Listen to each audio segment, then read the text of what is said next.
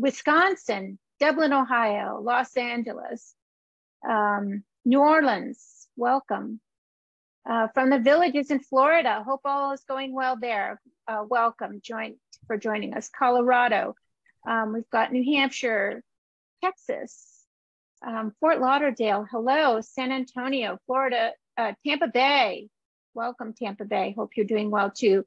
South Carolina, we've got Newry, Maine, Wisconsin, Kentucky, that's wonderful. So lots of people, Seattle, Washington, hello Seattle, Pennsylvania, Portland, Oregon, Oakdale, Connecticut, my home state. And of course, Jacksonville, Florida, there we go, Indiana, Massachusetts, hello everybody. What a great group we have here today, and it just keeps growing. We're up to 117, Springfield, Virginia, New York City, from the big city in New York, welcome. Rochester, New York, how wonderful. Anyone from Syracuse? I went to Syracuse University. Where are my Syracuse people? Atlanta, Georgia, Santa Clara, California, Virginia, Houston, Texas. Wonderful. Wow. There's Dover, New Hampshire, beautiful, beautiful town in New Hampshire. Diamond Bar, California. I don't know where that is. So that's great. So we've got a lot of people here. Whenever you ladies are all set, go ahead and do your introduction and we can get started. Thank you very much for the introduction, Liz. And hopefully they'll continue to let everybody in. Good afternoon and welcome everyone. And thank you for joining the New Hampshire sponsored program with Creative Feast, a low carb holiday recipes. My name is Kathy Hoey and I am your host today. I will be monitoring the chat as well. And I am a volunteer here with AARP New Hampshire. Today, Liz will be sharing her low carb recipe ideas to help us prepare for our holiday menus. We hope that everyone will enjoy this cook-along class and demonstration. AARP has been promoting the health and well-being of older adults for over 60 years. And across the country, AARP staff and volunteers work together to help make our communities friendly and livable places to work, play, and explore for people of all ages, and work closely with local community stakeholders to make our communities even better places to live. Here in New Hampshire, we strive to bring you informative, innovative, and fun virtual events like today's online cook-along demonstration as a means of connection and inclusion. Today's event is part of a series with Creative Feast that we have monthly, focusing on food and its impact on healthy living. AARP has numerous free healthy living resources on its website, from staying fit to wellness, longevity, information on healthy eating, as well as staying sharp. There is just about something for everyone, and I will put that link in the chat. I will also be monitoring the chat and will be forwarding any questions or comments as Liz requests that you have during the session about AARP, New Hampshire, and the cooking demonstrations. We all hope you enjoy this program and take it away. And you will have to be patient. There's a lot of you. So if you have a lot of questions, it'll be one at a time, unfortunately. I'll try to do my best. Go for it, Liz. Great. Thank you so much and welcome everybody. I am so pleased to have you join me here in my kitchen here in Hollis, New Hampshire. I did just, Mary, if you wouldn't mind, I posted in the chat the link to the recipes for today. You should have received those links when you got your reminders, but Mary's going to copy and paste that into the chat so everyone can see that link. So that's there for you. I'm also updating for 2023, so we'll have some new classes for you. That will also be cook along. And of course, you are always welcome to go to my website at thecreativefeast.com. And there you're going to find lots of recipes and other information. If you would like to have me send you some emails, you can go to my contact page at the Creative Feast and you can sign up to receive my emails, and that information is there as well. But here we are. We're going to be cooking some holiday recipes. These are low carb. So I'm going to talk to you just a little bit about low carb. I'm actually going to take you to my website. I want to share with you a little bit of information there that can help you find more recipes. So here, this is actually the webpage for the today's class. So if you scroll down here, so this is the page that I put the information into the chat so that the ladies could share that with you. But for information about my classes, you can definitely check out programs, and you can share that with your local libraries and other organizations. For your recipes, go to the Food and Fun where it says recipe blog. Here you're going to see all kinds of recipes. And one of the great ways to search is by recipe categories, or the search up here, and you can just put in some keywords. I'll be adding today's recipes to that lineup for you. Also, for more low carb information under Food and Fun, continue going down. There's intermittent fasting. This is my passion. I will be adding intermittent fasting classes, so you can check back with me or sign up to receive my emails. And then here is low carb information. So here are some basics to help you shift that healthy low carb lifestyle. And I will tell you, you will not go hungry on a low carb lifestyle. In fact, you will feel more satisfied than you ever have before. And your hunger will not be driven by the processed foods and the high carb content that you are eating. High carbs in your diet actually drive your hunger and make you hungrier. So we want to curb the amount of carbs that we have in our diet in every meal. And then we will then be able to eat in a way that our body is more naturally prone to consume food. So here's just some basics here, information that if you want to look into low carb, this is where you want to be going. Check out what you can eat, the kinds of food that you should avoid. And here's some information on just how you can go low carb. How can that work for you? Here's one of my favorite websites I like to share called dietdoctor.com. I highly recommend you check that out. There is a paywall, but you can get a lot of free information first. Best investment you ever made in your life. So lots of information for you there.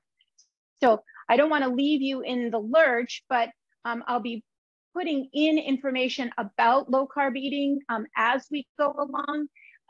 So pay attention. And if you have any questions, put them into the chat and the ladies will interrupt me. So let's, the first- Can I just interrupt you really quickly? Sure. I don't have access to everyone in the chat for some reason. On my chat page, I only have access to the, the panelists and the hosts. That's it. So I can't add anything into the chat. Mary's going to have to do that. She's going to have to open that up again. I did send her an email about that, but I'm hoping that, saying it out loud will make a difference. Okay. Kathy, excuse me, if you click in the chat, you can click and check mark everyone, and you should be able to see the messages. I tried that, Mary, and it didn't work. I tried, let's see. All right. Why don't I'll tell you what, I'm going to go on mute, and how about you go on mute and I'll give you a quick call. Okay. Okay. Yeah. All right. Yeah. Okay. Thank you. Yep. So listen, I think if you just stick along with me, we're going to get that information out to you. Some of you may be cooking along with me. Okay. In which case, the first recipe that we're going to be working on is we're going to get our cauliflower out, and we're going to work on that. And I'm going to do the pork at the end of the class, and because I do have one actually in the oven. So we've got lots of things going on. So I'm just going to move my pork ingredients back here behind me. And we're going to go ahead and start working on our cauliflower. Now, cauliflower is a wonderful replacement for potatoes. Potatoes are very high in starch, very high in carbohydrates. On a low carb diet, can you eat potatoes? Of course you can. You shouldn't have them every night, and you should be cutting back on all starchy side dishes in general. In fact, there are many weeks where I eat no potatoes, I eat no rice, and I definitely eat no pasta. And these are the habits you need to start working your way out of. But finding more flavorful, low carb substitutes is going to make you so happy. So cauliflower is one of them. A lot of you, I'm sure, are seeing cauliflower pizza crust and all of that. I'm going to keep it real simple here. We're going to do a mashed cauliflower. Now, if you don't like cauliflower, but you like broccoli, substitute broccoli for cauliflower. It will be absolutely delicious. If you are a rutabaga fan, hey, I bet you've never really tried that. You substitute rutabagas for the cauliflower, and you'll still have the same high flavor, high satisfaction, but a much lower carbohydrate content. Now, an easy rule to remember is that lower carb vegetables grow above the ground, higher carb vegetables grow below the ground. Rutabaga does fall in between in that it's lower carb than potatoes. So I generally stick with above the ground vegetables when I'm going low carb. So we're going to cut our cauliflower up into florets. So first I'm going to cut off the lower leaves. All right. And these, I give them to my chickens. You can keep the stem, the heart that's there, and we will slice that up because we're going to add that in so that we don't miss any of those nutrients. So I'm just cutting those off, and I'm going to set these aside. And then you can go ahead and cut open your cauliflower, all right? And you can go ahead, we're going to cut this into florets. So basically what I do is I just kind of pop those off, and they're all going to be mashed anyway. So don't worry so much if they're not perfect. I do like to try them to make them be the same size so that they cook in the same amount of time. We're going to be cooking this for about 15 minutes in a very wonderfully salted water, okay? So the salt in your vegetables, the salt that we're going to be adding is really important. As you change your diet, you want to learn more about the true understandings of the importance of salt, because your body is self-regulating for sodium content. So you may be cutting back salt and your body actually needs it. So a good book I like to recommend to everybody is called The Salt Fix. And that is a wonderful reference to the true nature of sodium and salt and how much we actually do need to have it in our diet. So as you're cutting back, for example, say you've decided, all right, part of my low carb diet is going to be cutting back on highly processed foods, because we know processed foods are very high in sodium. Well, if you cut back too far, then you're really cutting back on a lot of sodium. So you want to be careful of that, okay? So I am checking in here. I can see that we've got some information in the chat. Someone's asking about sweet potatoes, as bad as all the others. Well, let's see. What are they called? Sweet potatoes. So they're going to have a lot of sugars in them, right? We know that, right? Because they grow below the ground and they're very sweet when you have them. So are sweet potatoes high in carbohydrates? Yes, they are. Are they something you want to avoid on a regular basis? Yes. Can you have sweet potatoes on occasionally? Of course you can, but it's something that you want to be aware of. What are you doing if you're taking out regular potatoes, sweet potatoes, rice, and pasta? You are substituting it with high flavored, high value, above the ground vegetables. And that's the way to go, okay? So sometimes it's kind of tough because you think, oh, I want to have that. Well, guess what? You can't always have what you want, but you can always have good flavor. So here I have a pot of water. I've got about 2 inches of water in there, and I'm going to add a good teaspoon of kosher salt into that water. I'm actually going to add just a little bit more, give me some more flavor. Starting your vegetables off with high flavor is going to make them taste even better. So always cook your vegetables in salt. Then we're going to add in our sliced and florets and the sliced stem, okay, because that's going to cook up and that's going to be delicious. We don't want to waste any of that. And then I'm going to add in 4 cloves of garlic. So you can just chop them up in half. You don't have to do anything special because they're going to soften up, and then we're going to puree them. So in goes our garlic. So we have salt, water, our 4 cloves of garlic, and our cauliflower. And this is going to go right onto the stove. And I'm going to bring that up to a simmer, and we're going to cook this for a good 15 to 20 minutes. So now, before we get started on anything else, I just want you to know that I have already got a stuffed pork loin in the oven. So if I get interrupted by a timer, it's my pork loin, and I'll show you that as it comes out. So I'm going to leave. Yeah. Oh, somebody asked about, I always pronounce this incorrectly. Quinoa. Quinoa. Quinoa. So somebody said, is that better than rice? Quinoa is going to be better than rice because it's actually high in protein, which is good. And it's not quite a grain, it's more of a seed. So I do say to people, you know, I can give you all of this information, but the best person to know this is you. So you need to read your packages and find out for every cup of quinoa, how much carbohydrates does it have? How much protein does it have? How much sugar does it have? Okay.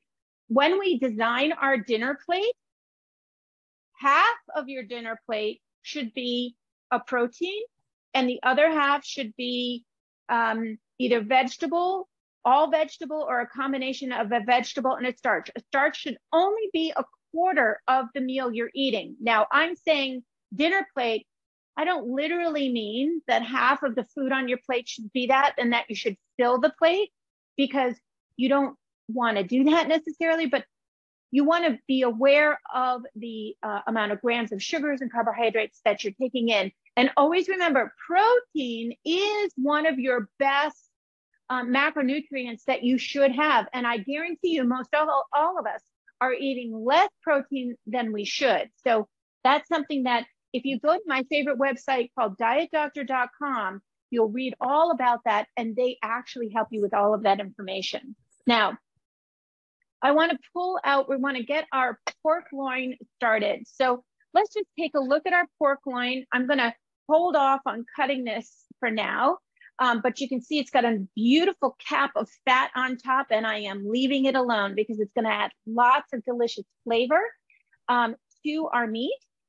So I'm going to leave that on. This is about a 3-pound piece. Certainly, if you're only cooking for 2 and you want to do less, you can do less. What I have done is I have prepared the filling for the full recipe, and then taken half of the filling, wrapped it up in a freezer bag, and saved it for another time when it's just my husband and I.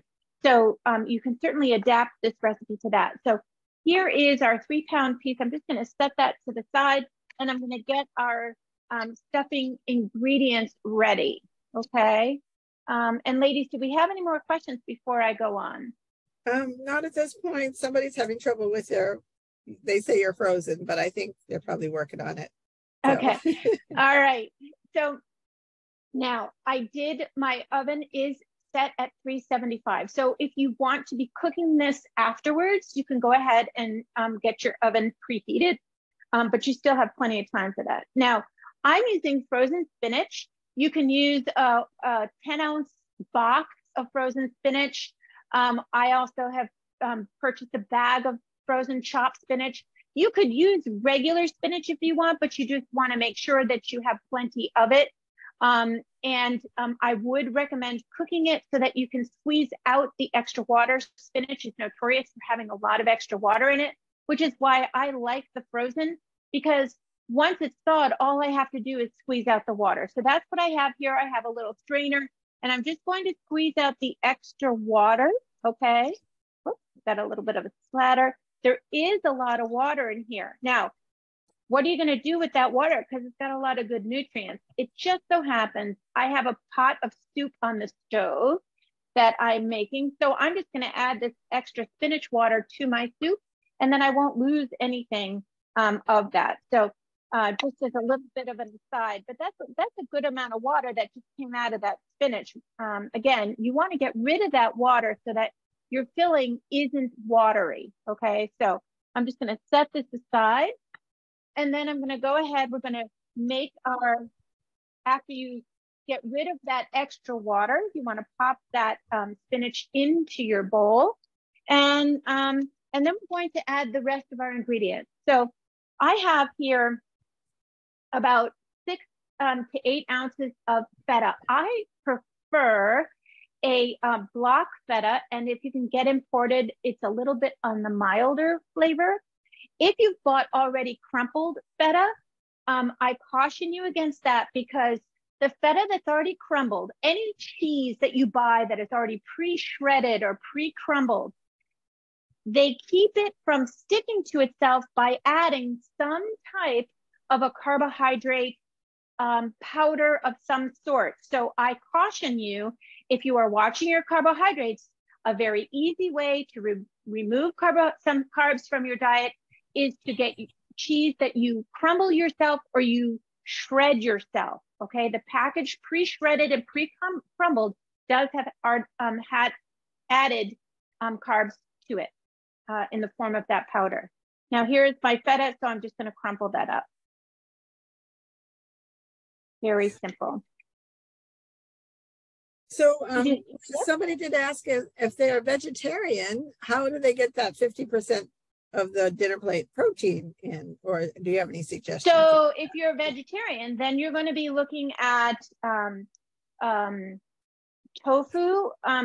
You can look, I mean, beans are a problem because they're very high in carbohydrates. So I know beans are often a fallback for vegetarians, but you got to keep in mind they're very high in carbohydrates, starches. So tofu is one way. Maybe you would consider being having seafood in your diet. You might consider adding eggs. There are plenty of different variations of vegetarianism.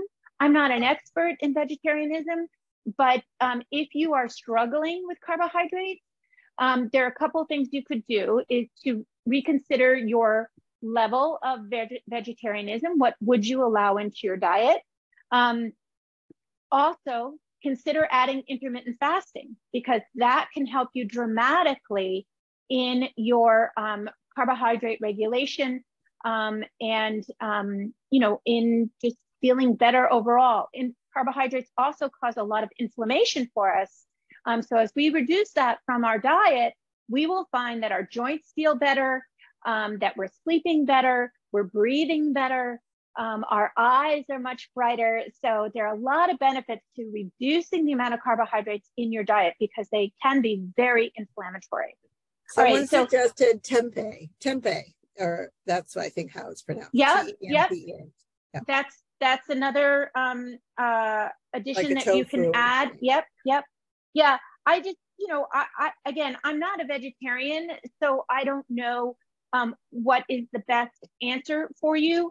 It all depends on, you know, I prefer to have a diet that is that doesn't have a lot of chemical additives. I don't know what tempeh is like or anything like that. So do always read the ingredients in the foods that you're buying.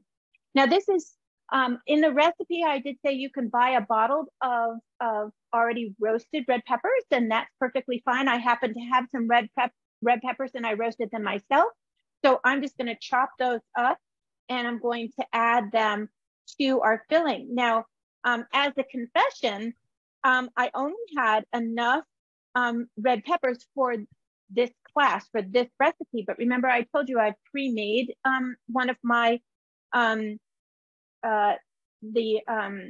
pork loin. And so instead of red peppers, I used dried cranberries. You could also do dried apricots, or you could do raisins if you'd like. That sweet savory combination is absolutely delicious. So you're not limited just by roasted red peppers.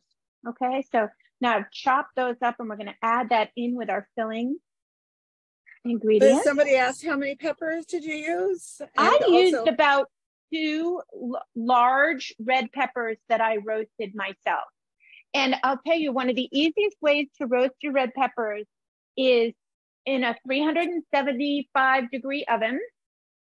I put my peppers just on a sheet pan, popped them in, and I think I roasted them for about 20 minutes.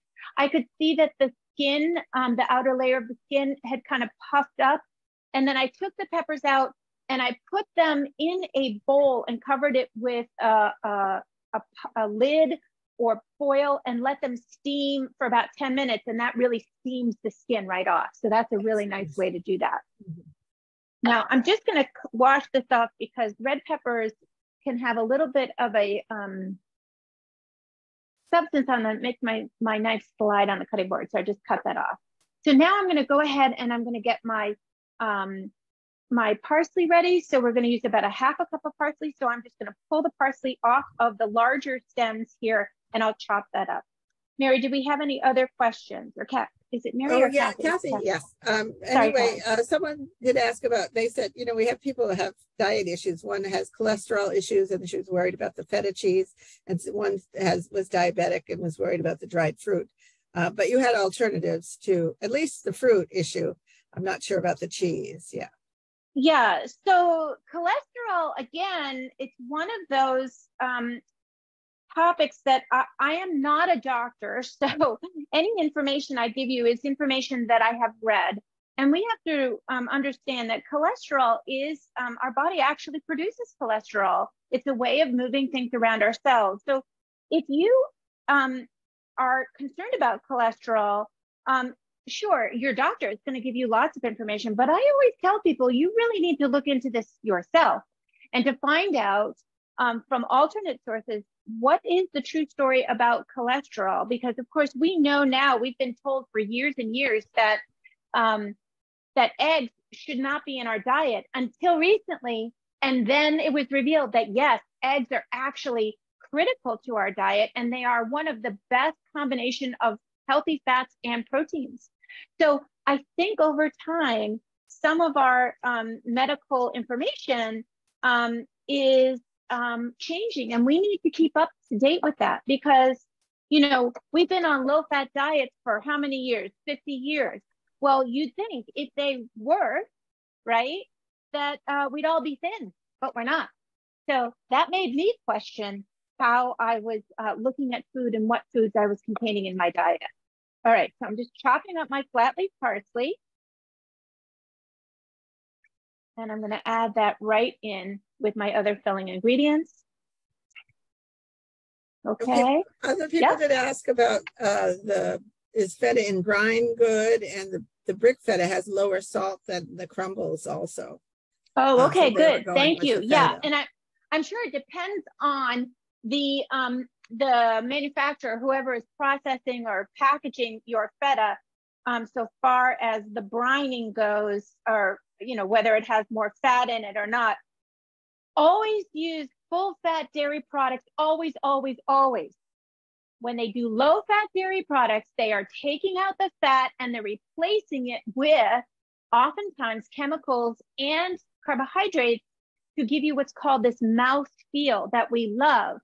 But the thing is that low fat, those changes don't really help us in the long run. So you should be eating full fat feta cheese, full fat dairy products. I didn't add any salt to the mixture because there is a lot of salt in the feta. So I don't need to add that to the mixture. So that's one thing to keep in mind as well. All right, so now I've got my mixture all set and we're gonna get right on to our pork. I do have here, the recipe called for a tablespoon of chopped rosemary to go on the outside. If you don't like rosemary, you could use thyme instead. If you're going to use dry rosemary, just use half of the amount because dry herbs are a little bit more flavorful. And then I have 2 teaspoons of salt and a teaspoon of pepper. So I'm just going to mix these together. These are going to go on the outside of your pork loin because we want every part of our pork loin to be flavorful. So in with my salt, my pepper, and my rosemary, and I'm just doing that now so I can set this aside for when we cut into our pork loin. So I'm going to pull that forward. And just to make things a little bit cleaner for me, I don't like to do raw meat on my wood cutting board, only because this is really difficult to clean and to, I can't run it under the sink. So I prefer to use a plastic cutting board when I'm doing meat. So I'm going to do that. And then before we do that though, I do want to go over and check on our cauliflower. So I'm going to take a fork and we're going to see, is our cauliflower tender? So let's take a look at that. I'm going to bring this right into the field of view here and go ahead and take my lid off. Whoops. It's a little on the hot side. Grab a little hot pad. Take that off. And then I'm just poking it with my fork. I think we could probably do another couple of minutes. It's just barely fork tender, but I want it to be a little bit on the softer side.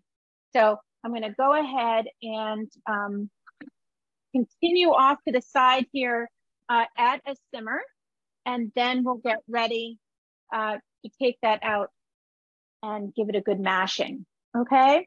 Okay. Now we're going to butterfly our pork loin, and this is sometimes takes a little bit of practice, but I'm going to go through it with you to give you a general idea of how to do it. What you might want to do first, let's get everything prepped first. I'm going to go ahead and I'm going to cut my string. So we're going to be tying our pork loin. So I use just a simple kitchen twine. You can usually get this at your grocery store.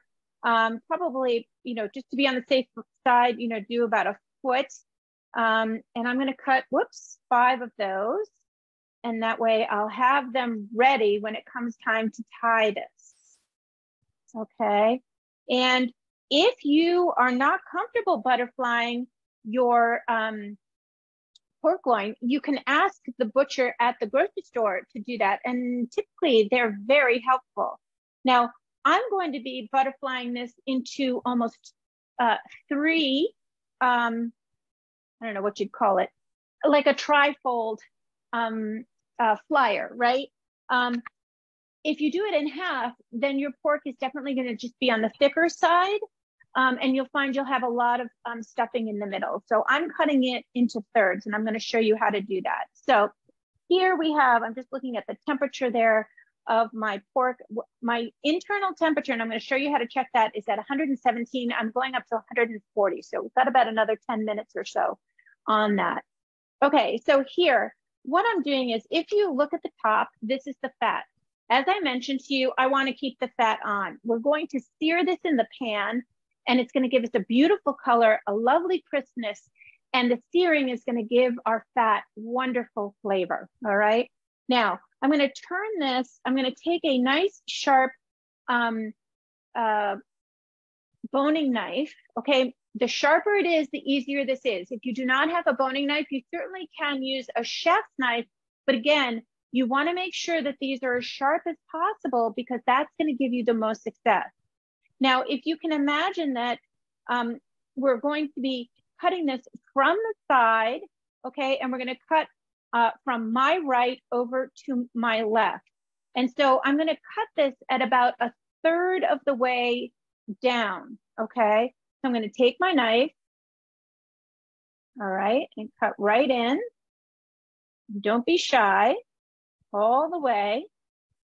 And then I just take my fingers and I start to peel back the meat, and I continue with the tip of my knife to kind of cut this flap. And that's essentially what you're doing, is you're cutting a flap. You're not going to go all the way to the end.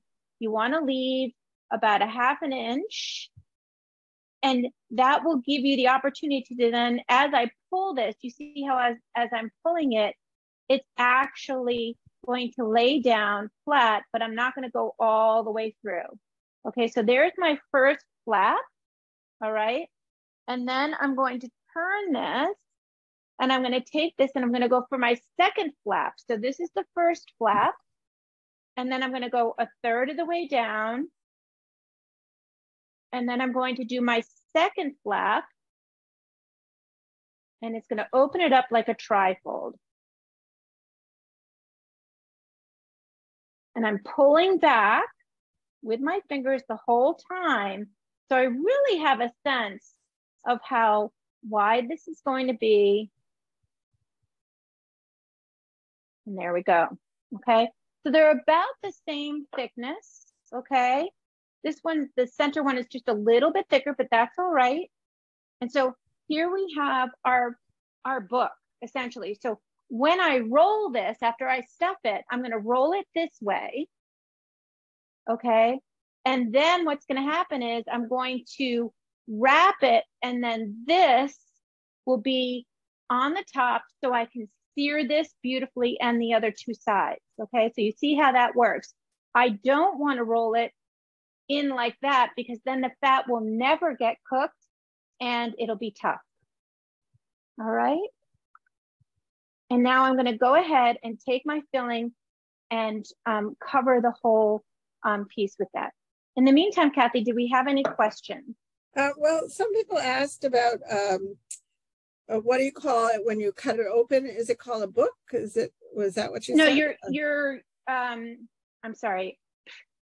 You are butterflying it. Butterflying it. There you go. Somebody did answer that question. And then they asked about whether the string was a specific type of string, or could you use any string or white string? It's a cotton string, and it's intended to be used for cooking.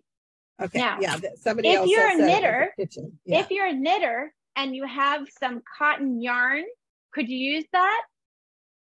I suppose so. I mean, listen, desperate times call for desperate measures. So sometimes they say that, it could be treated with chemicals if you, you want to be careful with that. But I'm using, this again, it's sold at the grocery store and it's intended for this purpose. Yeah. And then there was another question about why do you use a pork loin, not tenderloins, but I think it's because of the stuffing issue, right? Well, yeah, tenderloin, this is interesting too to note. A tenderloin, first of all, it's the most tender part, it's down on the opposite side of the spine. So it's the most tender part of the pork, but it's also very small. Okay, so typically a tenderloin is maybe a pound to a pound and a half. So it's going to be very small and it's very narrow. So butterflying a tenderloin, it's going to make it really thin. And you're going to, you take the chance of overcooking it. Plus, it does not have that beautiful fat cap, as we call it, that's going to add some wonderful flavor to it. Now, does that mean that you couldn't use a tenderloin? Not at all. You could just take your tenderloin and cut it right in half, and then you're just opening it up like a book. And you're just going to use a lot less filling. So could you do it? Yes, you can. Yeah, either way. Now, if you get all flustered about the way I've opened this like a trifold, and you have the courage to just cut it in half and literally butterfly it, go with it. Just go ahead and fill it just like I've done, close it, and then just tie it the way it is. It's not going to be rolled in the way I have done it, but that's okay. I want you to, get the hang of it, and then, go ahead and give it a try.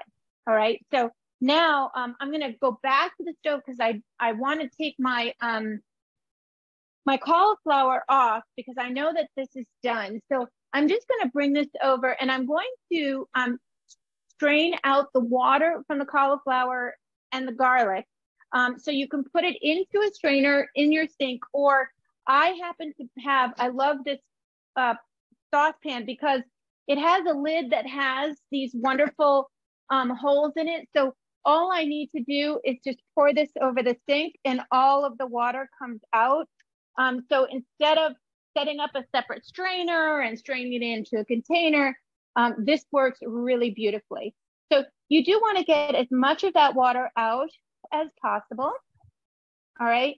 Because it is a vegetable, the cauliflower tends to be a little bit on the wet side, just so you know. So the more water you can get out of it, the better. Now, I'm going to go ahead and I'm going to let the heat from the cauliflower do all the work for the next part. So in here is going to go my 3 ounces of full fat cream cheese and 2 tablespoons of butter. And those are going to go right in there. And I'm just going to take my spatula and I'm going to push them into the cauliflower, right? And then put the lid on and let it sit. And this will melt my cream cheese and my butter off to the side. So I'm going to let that work take place. And now it's time to go ahead and roll and tie. And then we're going to season, and I'm going to show you how to sear this. So let's just see. I'm going to go ahead and roll this. So remember, our fat cap is here. So we want that to be at the end. And so here we take this and we're just going to roll this up.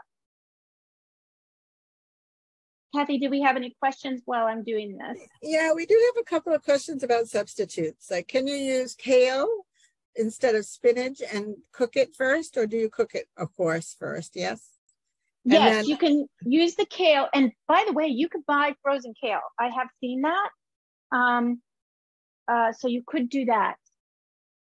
And also even Swiss chard or something. Sorry, go ahead. Swiss chard's great too. Yeah. Yeah. Someone asked about whether you can substitute goat cheese for feta cheese.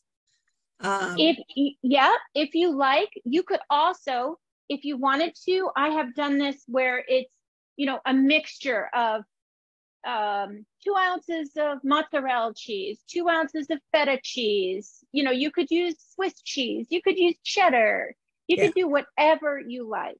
Yeah, no, very nice. And then somebody suggested that maybe the parsley stems could be used in the soups, just like you did the spinach water, which I thought was a great idea too. Yeah, you can definitely for your stock.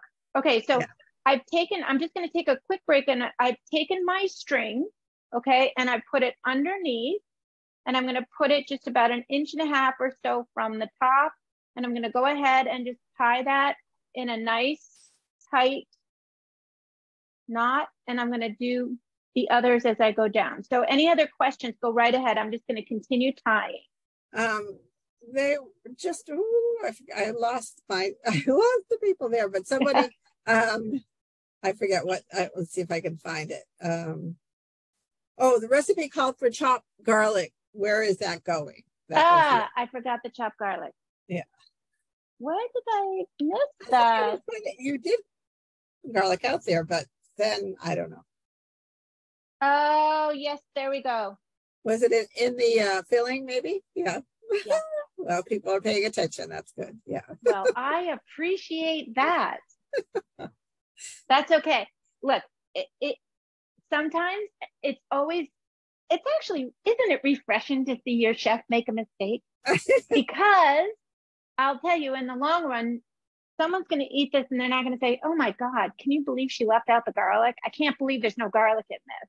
Somebody else said you put the garlic in the cauliflower, which I'm not really sure. I did also put garlic in cauliflower. You're correct. Yeah.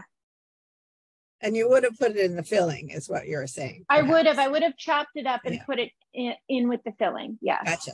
Yeah. There we go. That was it. But you know what I could do also, if I have garlic powder, I could put that in with my rosemary, salt and pepper that's going to go on the outside, because I've forgotten it. I could do that as well. Yeah. Garlic there would be nice. Yeah. This is a little short. Let me get another one. Somebody else said it makes them hungry watching all this stuff. That does to me too. Yeah.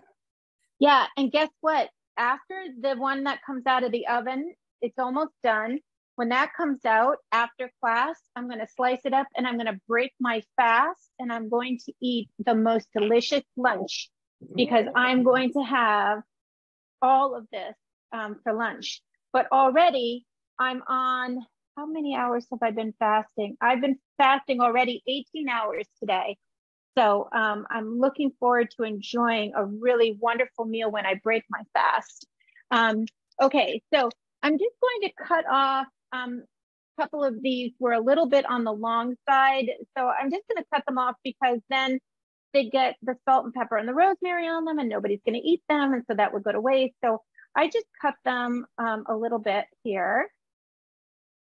Keep it simple. And now we're going to season the outside with salt, pepper, and the rosemary mixture. And I do have my little baking pan here to take it over to the stove. So the best way is to just simply take your salt and pepper, and we're gonna put it, I like to do it right in the baking pan, and that way any leftover I can then kind of rub the loin in that. So just gonna roll that over, make sure we get it on the top too, and on the sides. And that's it, and use it all. You're gonna love this, okay? And there we go. And then see how some got on in the pan. And so if I just roll this around and make sure that everything, all surfaces have it, okay? So now we're gonna go ahead, I'm just gonna rinse off my hands, and I'm going to get my pan heated. So we are going to sear this. Now, why do we need to sear this? You're gonna put it in a 375-degree oven for about 45 minutes. Well, I wanna sear it again because this is fat, and I do want that to be browned because that will add flavor and it will add a wonderful crisp crust to this. And so we always wanna make sure we do that, especially with the fat, because that will then release the fat rather than cook it right in there. So we're gonna release it so it'll come out into the pan juices, and then it's gonna be part of the final product. So let me go ahead, I'm gonna turn on my stove, and we're going to heat our pan over a medium high to high heat. And we do wanna get our pan nice and hot before we sear this, okay? So searing, remember, is cooking at a very high heat on a flat surface. Now I'm using, you can see that I have a cast iron pan, but you can certainly use stainless steel as long as your pan can then go right into the oven. Because now we're gonna save ourselves some cleanup, and we're going to let this actually cook in the oven. Now, remember the timer I told you about? It is all set. So I'm going to turn it off, and I'm going to take out my loin, and I'm just going to set this aside. I'm not going to reveal this to you yet, other than to put it over here on the counter. But I do want to get our pork loin. I do want to set up a thermometer for you. So I have a couple of these. So these are meat probes, okay? And so they stay in the meat, and the part that I'm reading, the information, stays on the outside of the stove, so I know the temperature. So here's what I'm gonna do is I'm going to first turn this on, and there are many different ones that you can get. And this one, I want it to give me an alert when it reaches a certain temperature. So I'm going to take this up to 140 degrees.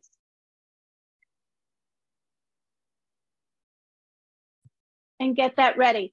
So once I sear this off, I'm going to stick this into the center of the pork, and then this will stay on the outside of the oven, and this will go on the inside of the oven, and then it will alert me when it reaches that magic temperature of 140 degrees. Now, you may say, but Liz, is that cooked enough? Well, what's happening now, and it's what's happened to your turkey over Thanksgiving, is you take it out of the oven and you're going to let it rest for at least 15 minutes. In that process, that temperature is going to go up. So this has just been sitting here for 2 minutes, and I took it out at 140 degrees. It already has gone up to 142 degrees. So remember, when you take meat out of the oven, it continues to cook. All right. Okay. So we're going to take this over and sear this off. I'm going to show you that. And then together we're going to finish up the cauliflower, and I'm going to show you my my stuffed pork loin. So let's go ahead, and we've got a nice hot pan. It's just started to smoke. In goes our olive oil. All right, and I'm just going to lower this down a little bit, And I'm going to make sure that that olive oil is all over the surface. And then first thing I'm going to do is take this. It was wonderful. Oh, I got a great picture. I'm sending it to you. And do that right down with the fat side down. Okay. So now that is searing. Okay. We have someone who has a microphone on, one of our hosts. If you could turn that off, that'd be great. Okay. And so now that is searing. So you're going to give it about 2 to 3 minutes. Okay. And you want it to get nice and brown. And in the meantime, I'm going to go ahead and I'm going to bring over my cauliflower, and then we'll have a chance to finish that up together while this is searing. So I am going to sear that on 3 sides, and then the final side is the side facing down that you'll be cooking with. All right. Okay. How do I deal with the pork loin leftovers? Oh, that's a really good question. So one thing to keep in mind is with leftovers, especially with pork, it's not easy to reheat it because oftentimes it dries out because pork is a lower fat meat, right? So if you have an Instant Pot, that is a great way to reheat your pork leftovers because it is in a moist heat. Now, you could also heat your pork up in in the microwave if you want. I like to use pork leftovers almost as a sandwich. It's a nice way to do it. So I'm sure that you'll find a way, and maybe you won't even have any pork leftovers with this recipe. So here I have my immersion blender. You could also mash this if you want, but you're going to get a finer result with the immersion blender. And my cream cheese and my butter have melted. And I'm just going to go ahead and puree this. And then I'll have my mashed cauliflower. Now, let me just go back to the pan for just a second. I do want to turn this over on its side. All right. And so I want to show you how brown that is already. So you can see how beautifully brown that is. Perfect. Now I'm going to lay it on one side. And then you can brace it up against the back of the pan if you want. I've seen some people put like a potato on this side to kind of hold it in place. You could give that a try if you want. But we're going to let it sear. And again, it's going to add much more flavor to our pork loin and beautiful color.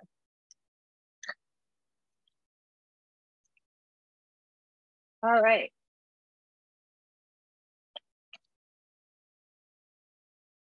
And this is beautifully mashed, and you can mash it to whatever texture you want. All right.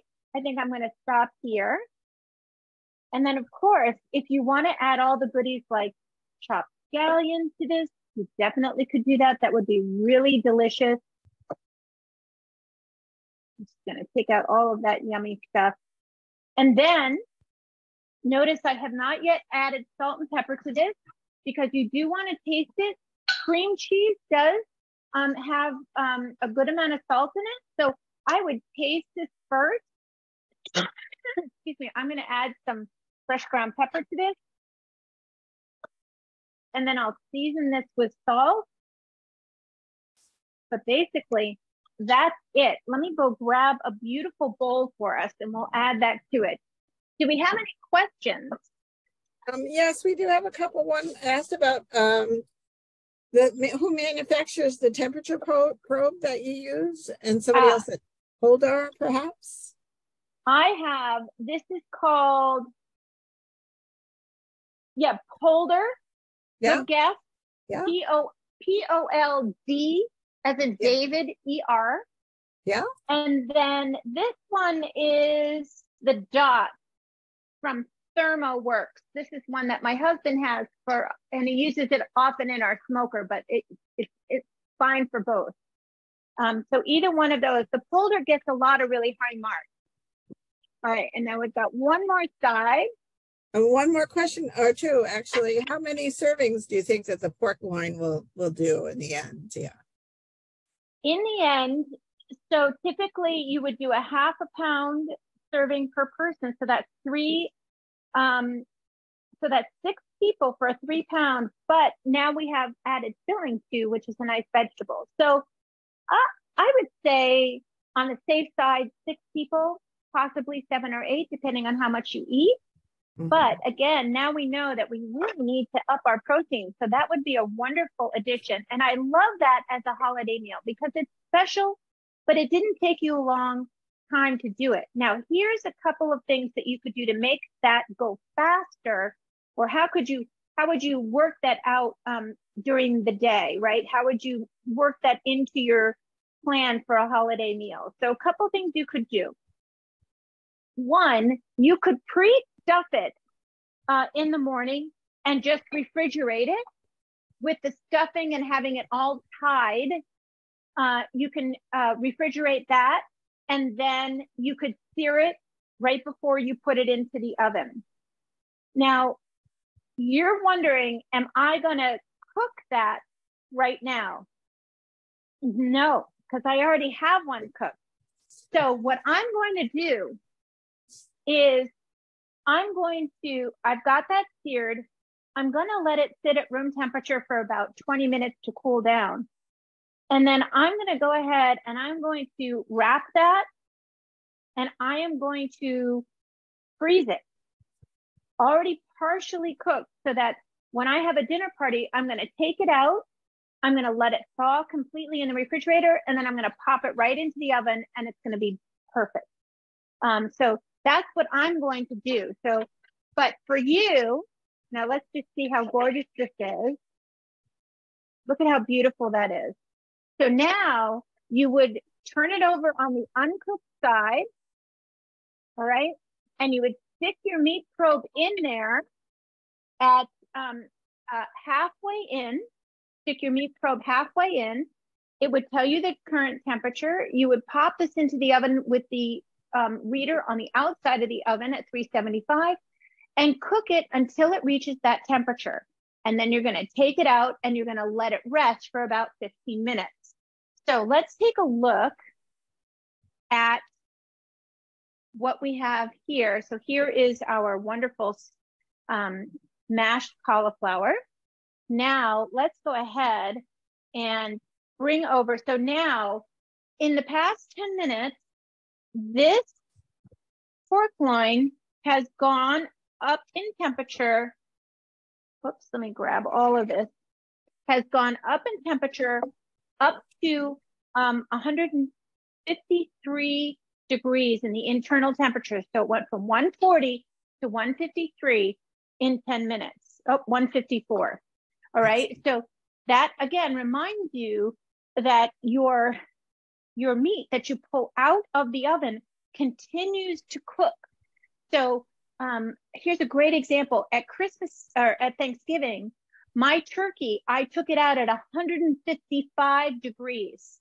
I covered my turkey in foil and then a big bath towel for an hour and a half. And that temperature by itself went up to the 160, 65, but it stayed super moist. And it was the most moist turkey ever. So let's see if this holds true for our loin. All right. And then I grab, yeah, I have my a slicing knife. You don't need a slicing knife, but I like to use one for this. And then we're going to go ahead and let me grab, where are all my tongs? Did I put them all behind me? Here they are. Sorry. Take this out. All right. Now, if you want to make a pan sauce in here, you definitely could maybe take a little bit of, oh, this would be nice with some Marsala wine. Put it back on the stove, a little Marsala wine that would cook up this yummy stuff, mix it up, let it cool down, put a little bit of butter in there, and that would be delicious. Or just leave it as it is. Now, let's take a look here. I'm going to cut this. Let me cut off my string. The first part.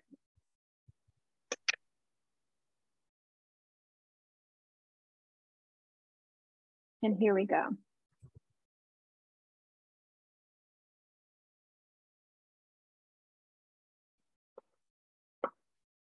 Ah, okay. Kathy, what do you think? It looks delicious, you know, and I just want to make it right now. But or have someone do it for me. That would be even better.